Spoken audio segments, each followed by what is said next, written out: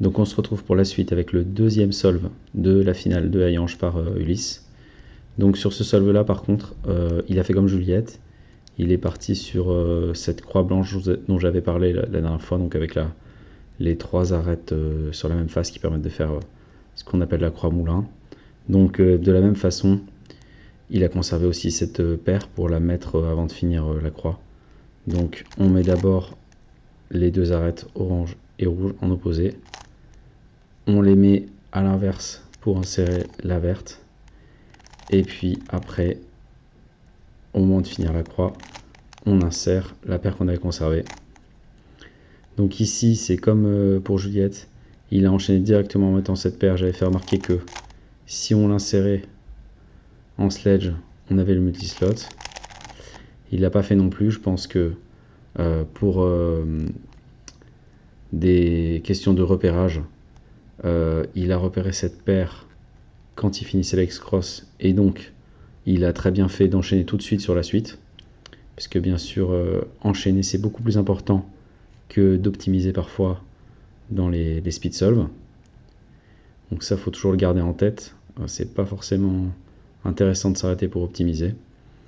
Et donc il a enchaîné. Et ici, il a fait comme Juliette. Après avoir inséré cette paire, il a mis les deux slots résolus à l'arrière pour avoir toute la vision sur la suite. Donc ici, c'est intéressant. Il y avait plein de possibilités qui s'offraient à nous. Moi, par exemple, j'aurais fait cette paire-là sous cet angle.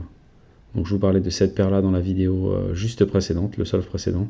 Sous cet angle, j'aurais fait comme ça, insertion ici, et puis j'aurais enchaîné à la fin en insérant cette paire là, en conservant probablement les choses déjà orientées sur le LL. Donc lui, il n'utilise pas du tout ce cas, il utilise systématiquement l'autre cas qu'on a vu juste avant. Et donc ici, les sous-mauvais angles pour le faire. Donc il a continué à tourner en faisant Y' pour setup le 11 move qui va faire par l'arrière.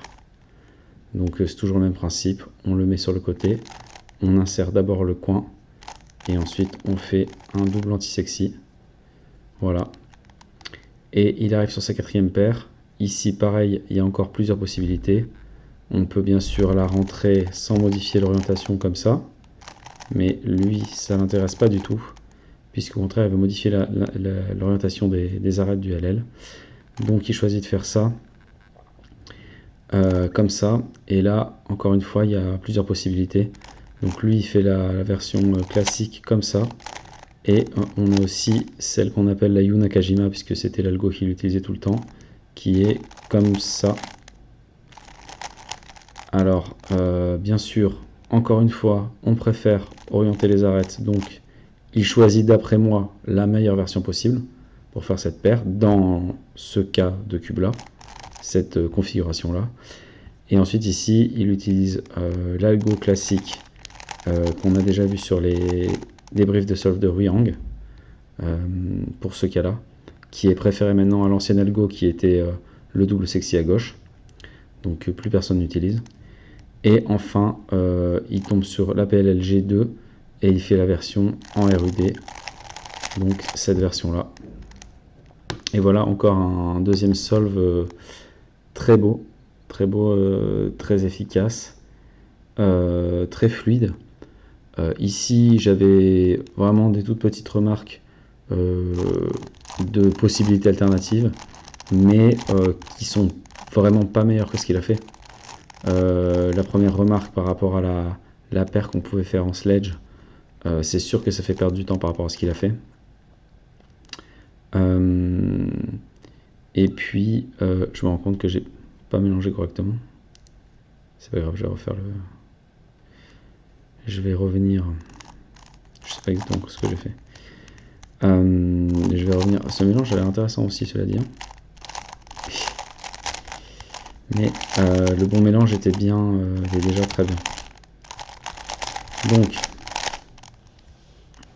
on va revenir sur le mélange correct.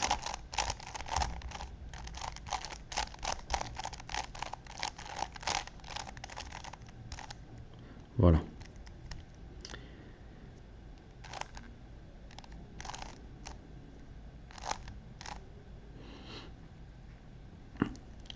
Donc, il y avait comme alternative, j'en ai parlé dans la vidéo de Juliette et puis Antoine l'a mis en commentaire, on pouvait ici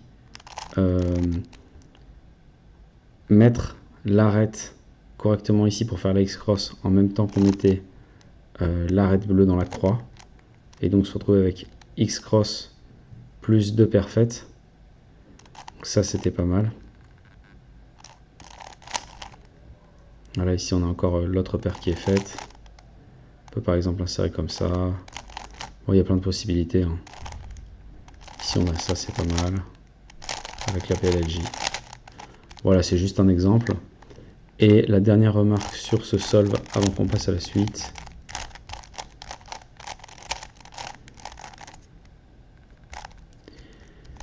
Donc la dernière remarque, toujours avec le même départ bien sûr. Hop.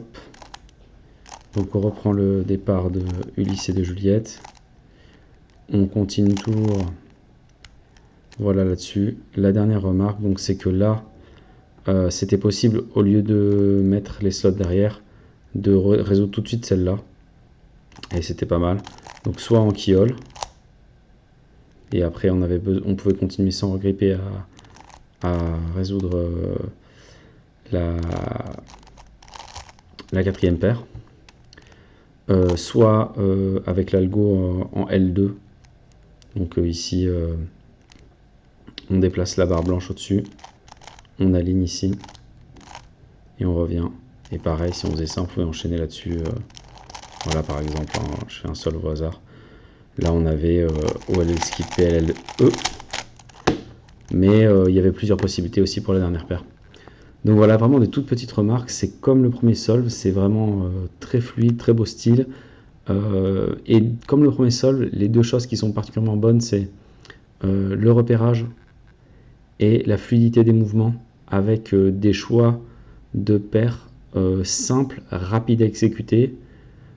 C'est pas grave s'il y a pas mal de mouvements, on privilégie les algos à base de sexy, RU, LU, etc.